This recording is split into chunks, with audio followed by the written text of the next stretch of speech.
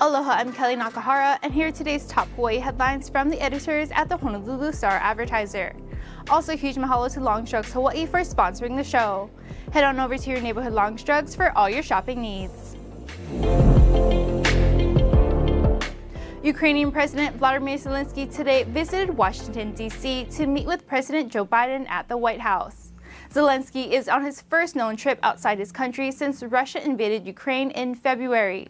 He thanked U.S. leaders and ordinary Americans for their support in fighting off Russia's invasion. He pressed for continued aid. Just before his arrival, the U.S. announced its largest single delivery of arms to Ukraine, including Patriot surface-to-air missiles. Congress plans to vote on a spending package that includes about $45 billion in emergency assistance to Ukraine.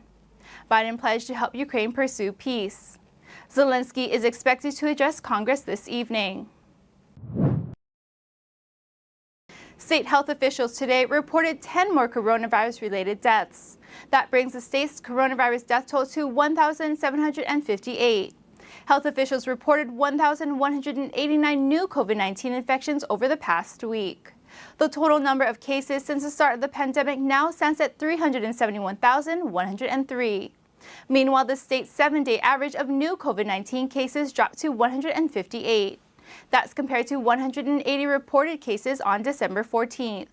By island, there were 785 cases reported on Oahu, 138 on Hawaii Island, 129 on Maui, 84 on Kauai, and 12 on Lanai.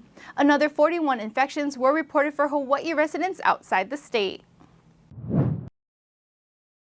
U.S. Senator Mazie Hirono and 6 of her Senate colleagues are urging Kaiser Permanente to come to a contract agreement with mental health clinicians in Hawaii. Workers have been on strike for 4 months. The senators jointly signed a letter to Kaiser CEO Greg Adams. They say workers deserve a fair wage and patients deserve dependable, quality care. Kaiser's mental and behavioral health workers in Hawaii unionized about 5 years ago and have been trying to negotiate their first contract. They've been pushing for higher salaries and better retirement packages, specifically for new hires. Kaiser has countered that the shortage of mental health workers exists nationwide and that they already have been working to increase their staff in Hawaii.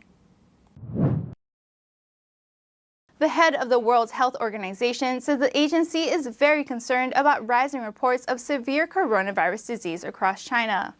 The country largely abandoned its zero-COVID policy. Some scientists have warned that the unchecked spread of COVID-19 in China could spur the emergence of new variants. Vaccination rates among people over age 60 in China lags behind many other countries. The efficacy of the Chinese-made vaccine was about 50%. Officials say China's definition of COVID deaths were too narrow as the country was limiting it to people who have suffered respiratory failure.